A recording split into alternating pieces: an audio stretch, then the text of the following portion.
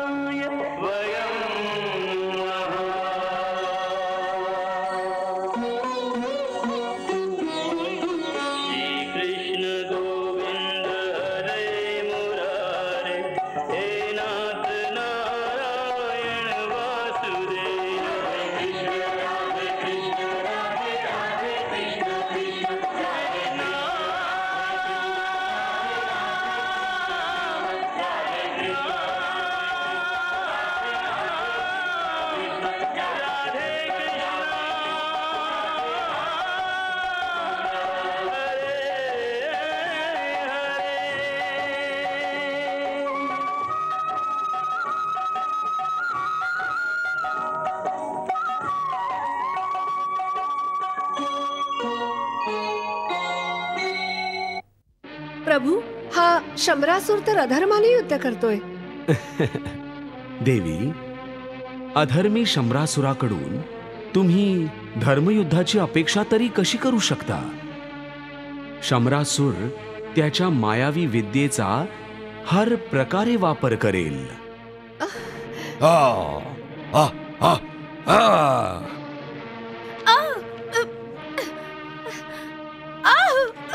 प्रद्युम्न,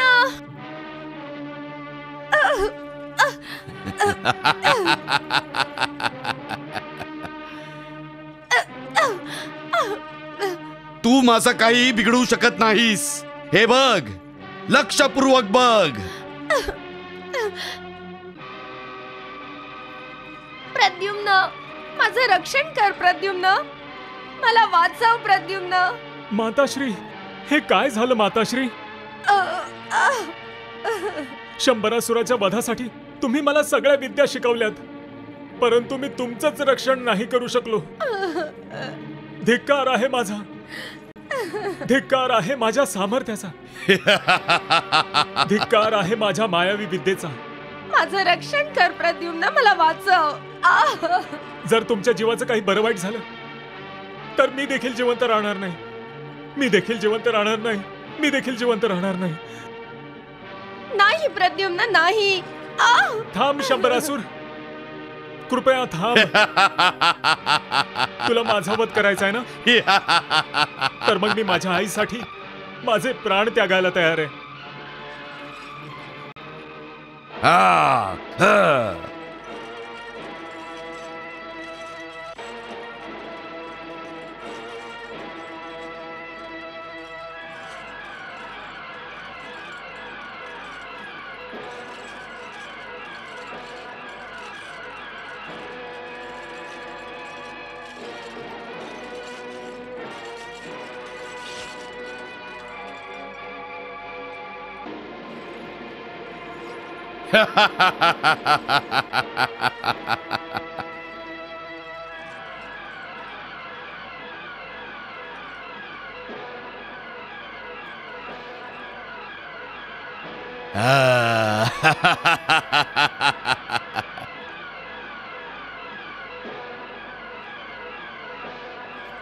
नाही प्रद्युम्न, नाही.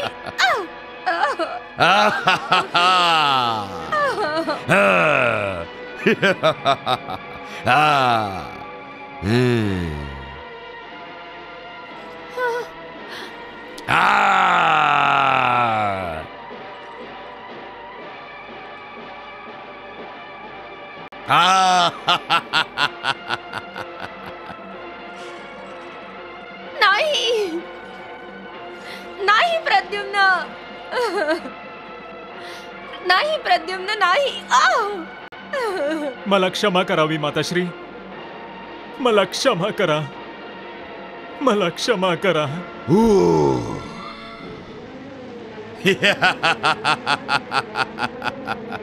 प्रद्युम्न, ही शंभरासुराची माया आहे, जी तुला तुझ्या कर्तव्यापासून विचलित करतेय.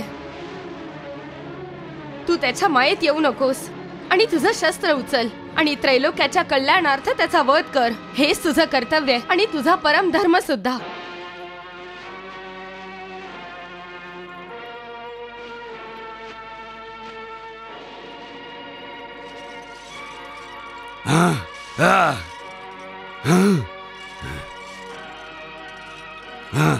शंभरासूर,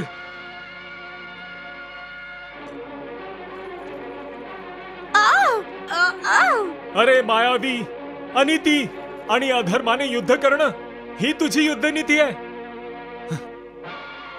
परंतु आता मी तुला अनिती आणि अधर्माने युद्ध करू देणार नाही.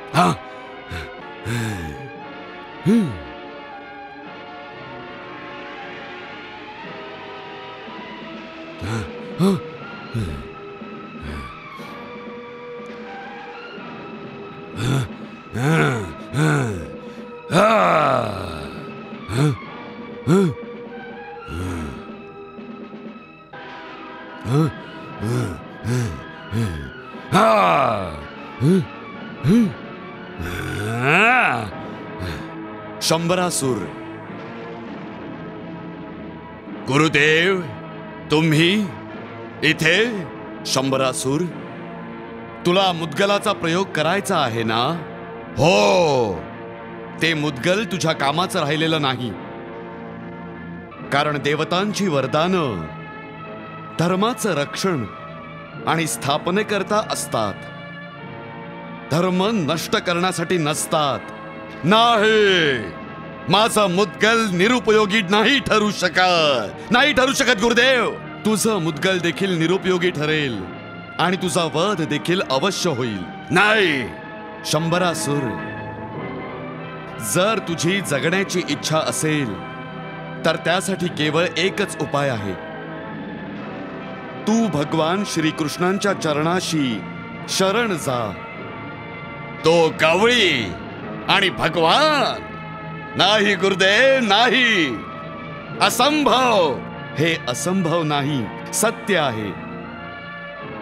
मृत्यूनंतर मला हे सत्य कळून चुकलं आहे. जोपर्यंत मी धर्तीवर होतो मी सुद्धा तुझ्यासारखाच हे सत्य पाहू शकलो नव्हतो. परंतु आता मी ते सत्य पाहिलं आहे की श्री कृष्ण धरतीवर भगवंतांचा अवतार आहे. नाही शंभरासूर, हट्ट सोडून दे. भगवान श्रीकृष्णांना शरण जा. नाही, ते तुला नक्की क्षमा करतील, तुला जीवनदान देतील. नाही गुरुदेव, नाही. माझ्या अभिमानासाठी माझ्या 100 पुत्रांची आहुती दिल्यानंतर मी माझ्या तुच्छ आयुष्याकरिता कुणासमोर हात पसरावे? हे माझ्याच्याने कदापि होणं शक्य नाही गुरुदेव, कदापि होणं शक्य नाही. माझ्या प्रत्येक पुत्राने अतिशय श्रद्धेने, अतिशय आदराने आणि अतिशय सन्मानाने माझ्यासाठी स्वतःचे प्राण वेचले आणि मी त्यांचा अनादर करू, त्यांच्या श्रद्धेला असं लाथाडून टाकू? नाही गुरुदेव, नाही. शंभरासूर इतकाही नीच नाहीये, इतका निर्लज्ज नाहीये. मला जर मृत्यू आला तर येऊ दे. प्रद्युम्नला माझे प्राण घ्यायचे आहेत तर मग घेऊ देत. परंतु मी मृत्यूला घाबरून नाही जगू शकत गुरुदेव, नाही जगू शकत. जर का मी असं केलं तर माझ्या पुत्रांची कापलेली मुंडकी माझ्या स्वप्नामध्ये येऊन रोज रात्री मला विचारतील की पिताश्री आमचा अपराध तरी काय होता, जे तुम्ही आमच्या जगण्याचा अधिकारच हिरावून घेतलात? सांगा गुरुदेव, सांगा. मी त्यांच्या प्रश्नांची काय उत्तर देऊ गुरुदेव? सांगा गुरुदेव, मी काय उत्तर देणार आहे त्यांच्या प्रश्नांची? गुरुदेव, शंभरासूर भित्रा नाहीये, एक योद्धा आहे, योद्धा. जरी माझा वध होणार असेल तरी सुद्धा मी युद्ध करत राहीन. शंभरासूर आजतागायत ताठ मानेने जगत आला आहे. तो तशाच ताठ मानेने मृत्यूला देखील सामोरा जाईल. हो, जशी तुझी इच्छा.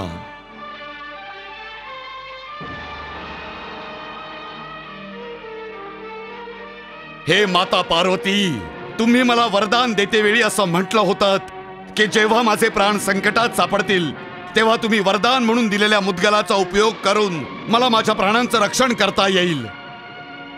आता माझे प्राण संकटात आहेत माते. मी आता मुद्गलाचा प्रयोग करायला जातोय माते. हा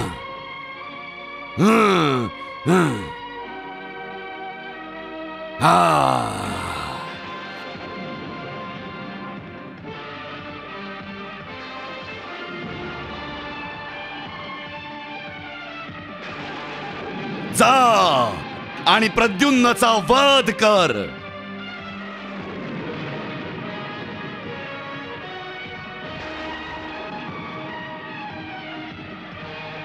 माता पार्वती, माझं रक्षण करा, माझं रक्षण करा.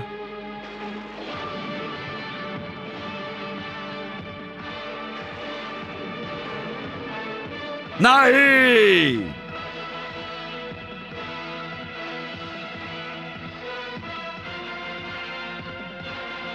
नाही. कपट, कपट.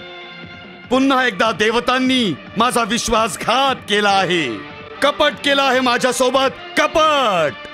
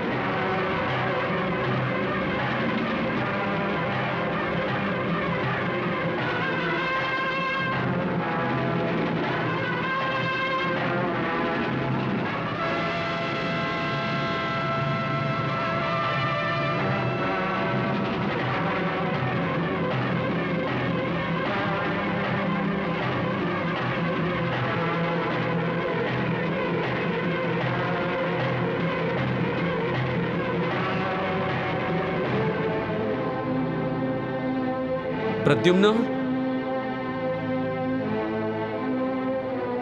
देवेंद्र, तुम्ही? प्रणाम. विजयी भव.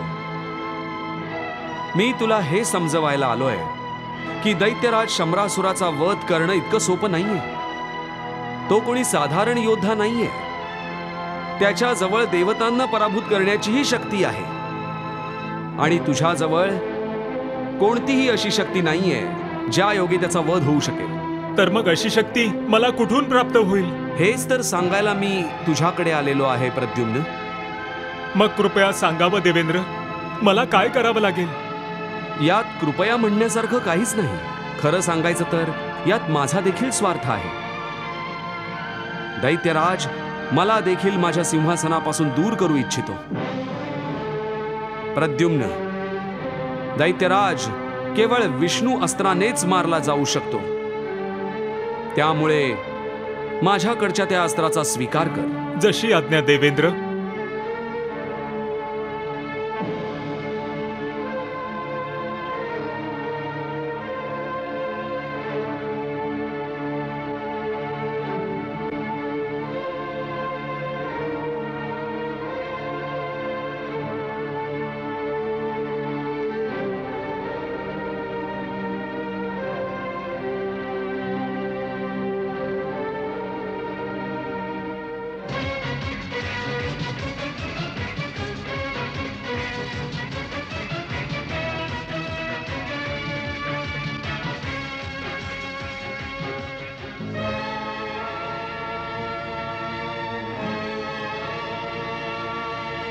ओम वैष्णवास्त्राय नमः. ओम वैष्णवास्त्राय नमः. ओम वैष्णवास्त्राय नमः. जर मी वासुदेव श्रीकृष्ण आणि देवी रुक्मिणींचा पुत्र असेल, जर माता भानामती करिता माझ्या मनात अपार श्रद्धा असेल, जर माझ्या या युद्धाने त्रैलोक्याचं कल्याण होणार असेल, तर या वैष्णवास्त्राने या अधर्मी आणि दुराचारी शंभरासुराचा विनाश व्हावा. मी अमर आहे. माझा वध कुणी करू शकत नाही.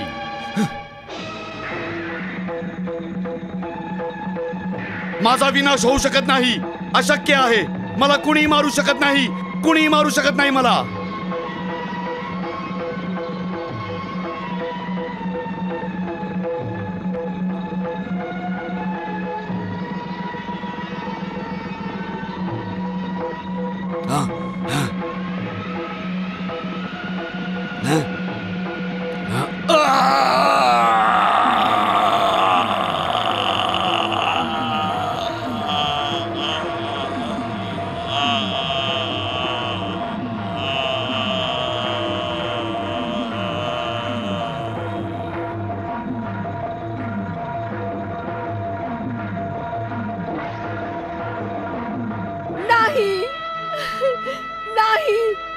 नाही होऊ शकत.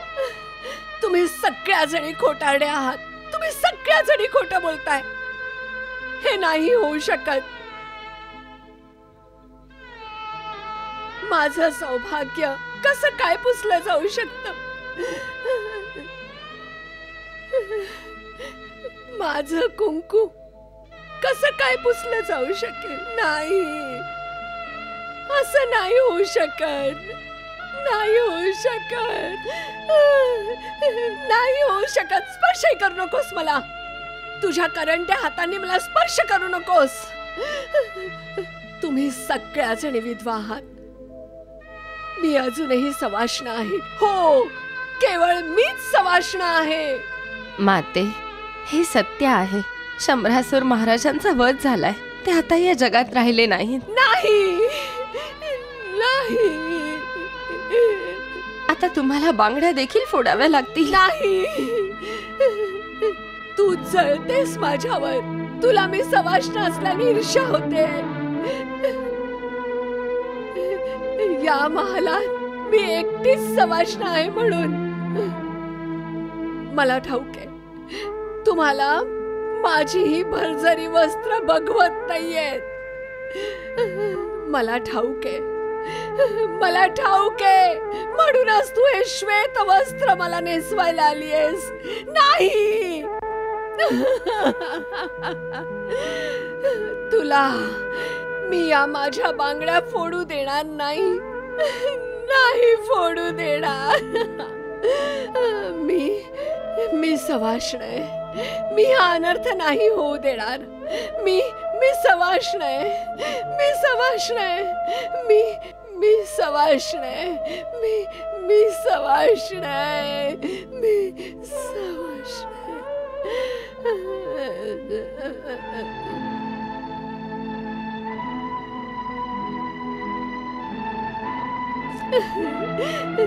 नाही नाही, मी माझ्या बांगड्या नाही फोडू देणार. मी हा अनर्थ नाही होऊ देणार.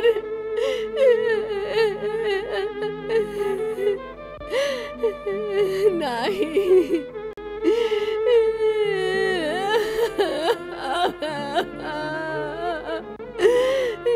नाही नाही नाही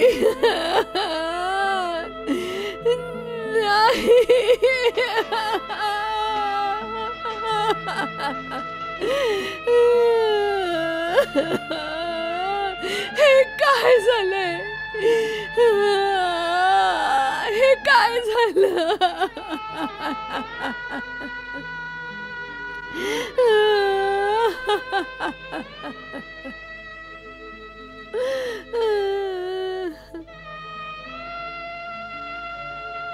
कितीही कटू असलं तरी मायावतीला हे सत्य मान्य करावंच लागलं की शंभरासुराचा वध झालाय.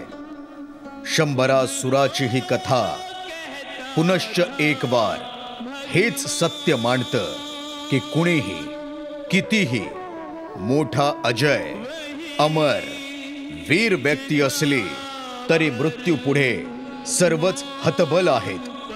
मृत्यू हेच या अनंत ब्रह्मांडातील एकमेव सत्य आहे.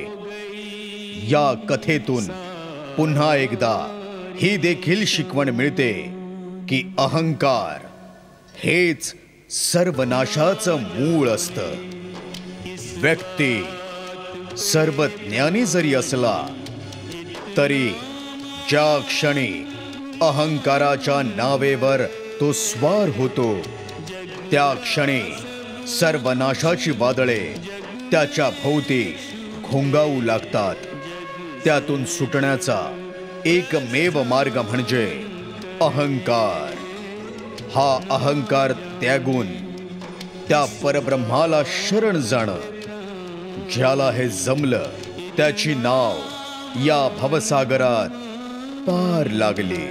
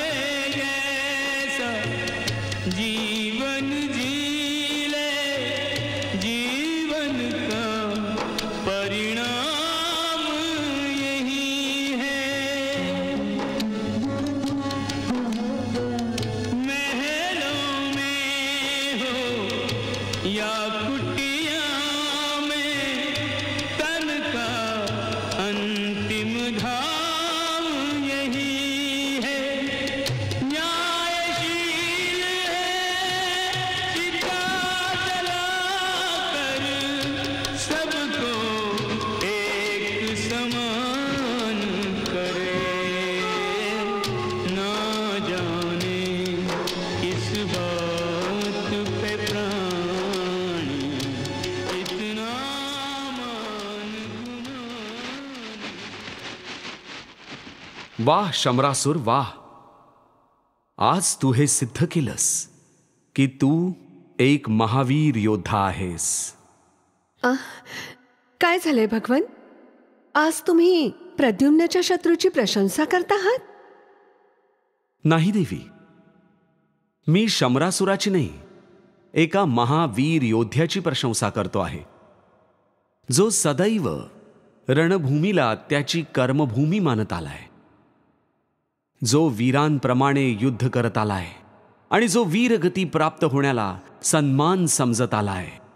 वाह, छान छान झालं असतं तर शंभरासुराने हे सर्व धर्मनीतीने धर्माच्या स्थापनेसाठी केलं असतं तर जगाच्या इतिहासाने त्याची वीर आणि एक महान योद्धा म्हणून नोंद केली असती. वाह. माताश्री. प्रद्युम्न.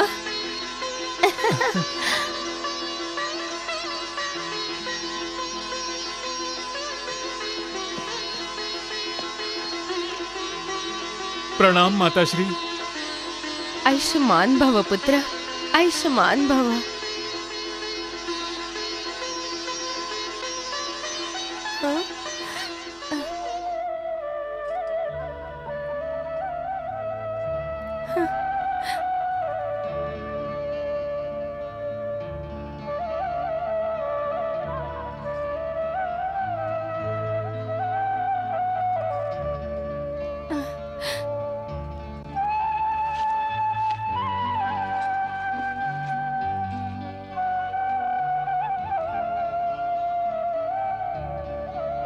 गुरूंच्या चरणी ती अस्त्र व शस्त्र समर्पित आहेत ज्यांच्या सामर्थ्याने मी त्रैलोक्याच्या सर्वात मोठ्या शत्रूचा शंभरासुराचा वध केलाय.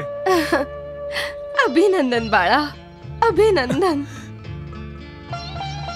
एका शिष्याची अस्त्रे त्याच्या गुरूंच्या चरणांची आणि आता एका मुलाचं मस्तक त्याच्या आईच्या चरणांवर.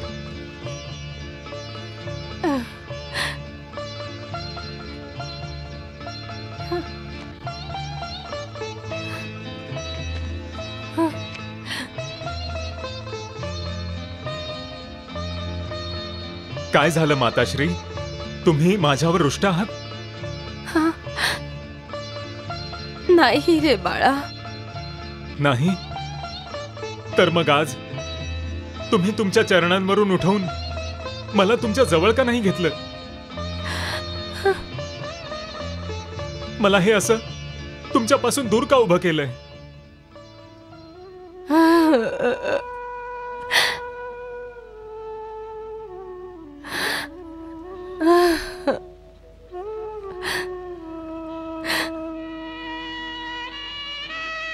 स्वतःपासून दूर नाही रे बाळा. फक्त नेहमीपेक्षा आज मी तुझं रूप अगदी डोळे भरून माझ्या मनात साठवतेय. मन तृप्त होईपर्यंत तुझा हा चेहरा न्यायाळयाची माझी इच्छा आहे, जेणेकरून तुझं हे सुंदर रूपड मी माझ्या डोळ्यात साठवून माझ्या बरोबर घेऊन जाईन. घेऊन जाऊ? कुठे कुठे जात आहात तुम्ही माताश्री? माझ्या लोकात परत. तुला तर ठाऊकच आहे बाळा की शंभरासुरावर तू विजय मिळवण्यासह माझ्या मुक्तीचा क्षण जोडला गेलाय. त्यामुळे तो क्षण आता आलाय. नाही नाही माताश्री, नाही. मी तुम्हाला नाही जाऊ देणार. नाही बाळा, नाही. मला हसून निरोप दे. असं भावुक होऊन नको हडवूस मला. नाहीतर मी जाऊ शकणार नाही बाळा, मी जाऊ शकणार नाही. तुम्ही मला अशा प्रकारे सोडून जाऊ तरी कशा शकता माताश्री? माझ्याकडे बघा. माझ्या शरीरावरचे हे असंख्य घाव जे शंभरासुर आणि त्याच्या पुत्रांनी दिलेत, त्या घावांनी देखील मला इतक्या वेदना नाही झाल्या जितक्या तुमच्या या बोलण्याने झाल्यात.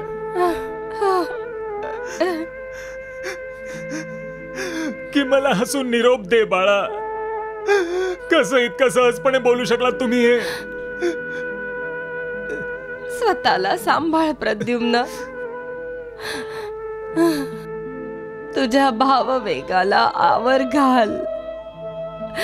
तू असं समजावं तर की हेच विधात्याचं विधिलिखित आहे. हे विधिलिखित आहे बाळा, हेच विधिलिखित आहे. मी हे विधिलिखितच नष्ट करेन. मी विधात्याचं हे विधान बदलून टाकेन माते.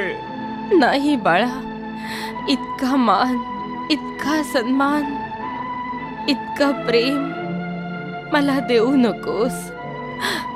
मी त्या योग्यतेची नाहीये बाळा. हे तुम्ही काय बोलता आहात माताश्री? माझ्या शरीराच्या प्रत्येक कणावर, रक्ताच्या प्रत्येक थेंबावर केवळ तुमचाच अधिकार आहे. कारण या रक्ताच्या प्रत्येक थेंबाला केवळ तुमच्याच दुधाचा सुगंध येतोय माताश्री, केवळ तुमच्याच दुधाचा. माझा पुत्र, माझं बाळ, माझा प्रद्युम्न. माताश्री, जर मी माझ्या नसातून वाहणाऱ्या रक्ताचा शेवटचा थेंब जरी तुमच्यासाठी सांडला तरी सुद्धा मी तुमच्या दुधाचं ऋण नाही फेडू शकणार. आणि तरी देखील तुम्ही म्हणताय की तुम्ही माझा मान, माझं प्रेम, माझ्या सन्माना योग्य नाही. हो बाळा, हेच सत्य आहे, एक कटू सत्य. कारण मी तुझी सख्खी आई नाहीये. नाही माते, नाही. हो, मी तुला जन्म दिला नाहीये. त्यामुळे तुझं हे प्रेम, हा मान, या सन्मानावर तुझी जन्मदात्री माता रुक्मिणीचा एकाधिकार आहे. माझ्याकडे तर तू केवळ त्यांची एक ठेव आहेस. नाही भानामती, हे सत्य नाहीये.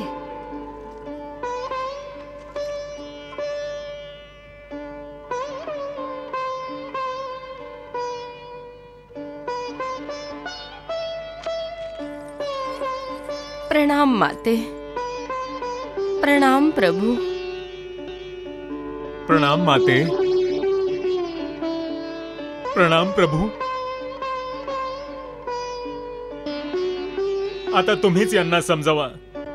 बघा बघा कसं खुळ्यासारखं बोलतायत या.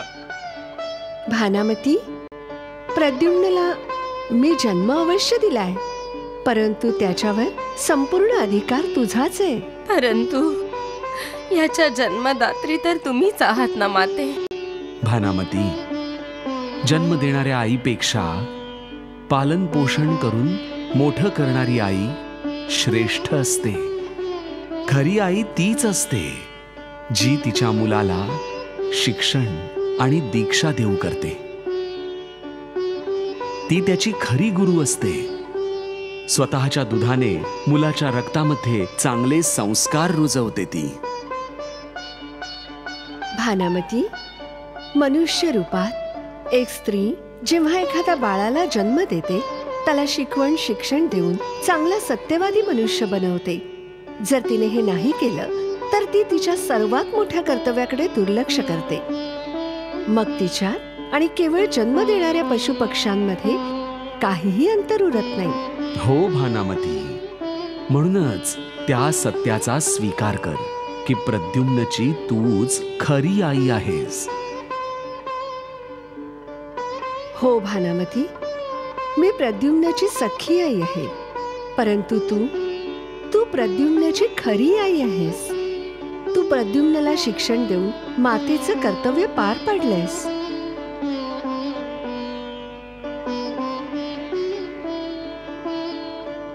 म्हणूनच मी माझ्या यशोदा मातेचा अधिक आदर करतो, कारण ती माझी खरी गुरु देखील आहे. हीच गोष्ट तर मी देखील यांना समजावत होतो. भानामती, प्रद्युम्न तर तुझा एकच पुत्र आहे. तुला तर ठाऊकच आहे की मी देवी लक्ष्मीचे एक रूप आहे, जगन्माता आहे. माझे तर अनेक अपत्य आहेत.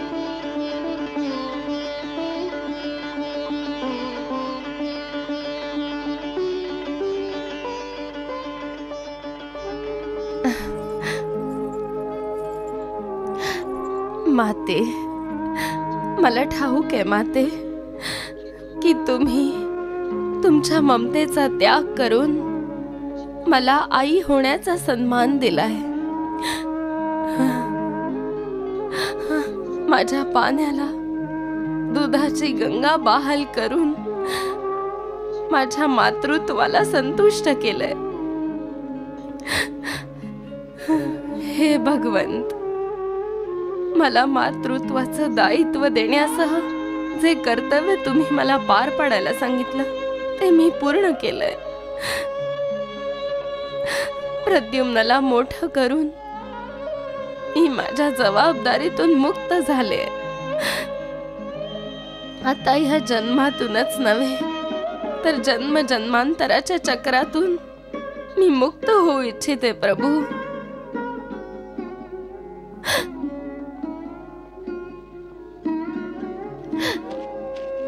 माते, तुम्ही मला सोडून जायचं म्हणतात? प्रद्युम्न, सृष्टीतल्या माझ्या जन्माचं उद्दिष्ट पूर्ण झालंय. आता मला कोणत्याच गोष्टीचा मोह नाही. माझ्या ममतेसाठी तू आसुसलेला आहेस, जे माझ्या पायांची बेडी बनले. माझं मनोबल क्षीण होतंय ते प्रद्युम्न.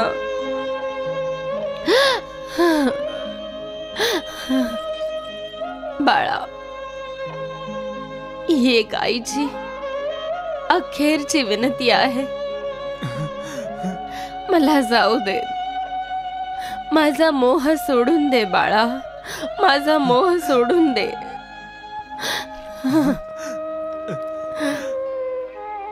हे काय माते, तुम्ही माझ्या समोर तुमच्या पुत्रासमोर हात पसरताय? तर मग मला जाऊ दे. मला सोडून जायचंय तुम्हाला? प्रद्युम्न, तुझी इच्छा नाहीये का की मी जन्म जन्मांतराच्या त्रासातून मुक्त व्हावं, मोक्ष मिळावा?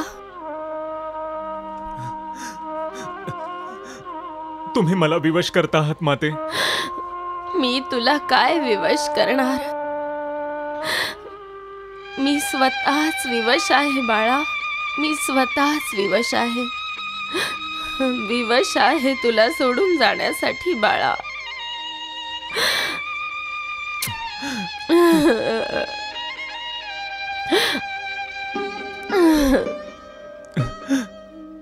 जाते मी.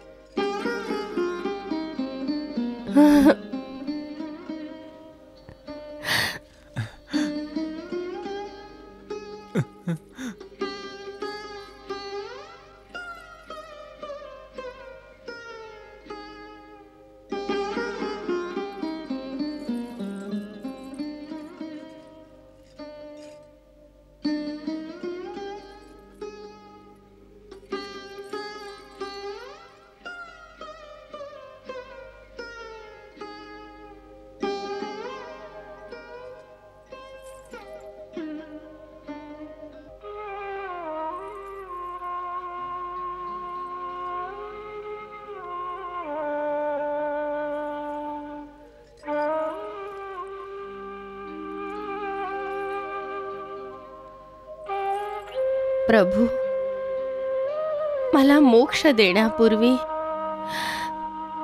माझी एक शेवटची इच्छा पूर्ण कराल? सांग भानामती, काय हवंय तुला?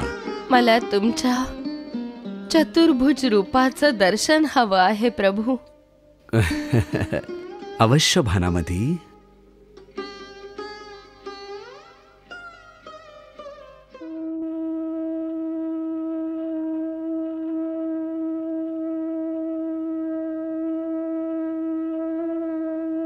परब्रह्म श्री हरी श्री नारायणांना दयाळू म्हणतात ते काही उगाच नाही. देवलोकी पद्मिनी नावाची अप्सरा असताना भानामतीला जो शाप मिळाला होता, त्या शापाचा प्रभाव सौम्य करते वेळी श्री नारायणांनी तिला वरदान दिलं होतं की द्वापार युगात भानामतीच्या हातून त्रैलोक्याच्या कल्याणासाठीचं विहित कार्य पार पडल्यानंतर तिला श्री चरणी कायम स्वरूपी मोक्ष मिळेल. ठरल्याप्रमाणे ते कार्य पार पडल्यानंतर श्री नारायणांनी आपला शब्द खरा करत भानामतीला स्वतःच्या चतुर्भुज रूपाचं दर्शन दिलं. तिची प्राणज्योत स्वतःमध्ये सामावून घेतली. शंभरासुर सारख्या महादैत्याचा वध करण्यापूर्वी कामदेव रती यांची ताटातूट, कामदेवांचा प्रद्युम्नावतारातला जन्म, तत्पूर्वी पद्मिनीला रसायन आणि मायावी विद्या प्रदान करणं, तिला शापग्रस्त करणं, तिने भानामती म्हणून जन्म घेणं, प्रद्युम्नेनं जरी तिच्या घरी तिचं बाळ म्हणून वाढणं, तिने शिकवलेल्या विद्या ग्रहण करून सरते शेवटी शंभरासुराचा नायनाट करणं, या सर्व घटनामागची परब्रह्माची, त्या नारायणाची योजना आणि समीकरण सामान्य बुद्धीच्या समजण्या पलीकडचे आहे. एका घटनेच्या अनुषंगाने कुणाचं गर्वहरण करून, कुणाचा उद्धार करून या अनंत ब्रह्मांडाच्या शक्तीचा समतोल राखणं हे केवळ आणि केवळ त्या श्री हरी श्रीकृष्णांनाच जमू शकतं.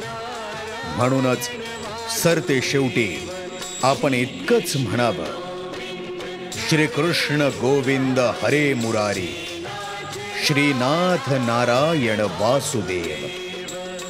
जय श्रीकृष्ण, जय श्रीकृष्ण.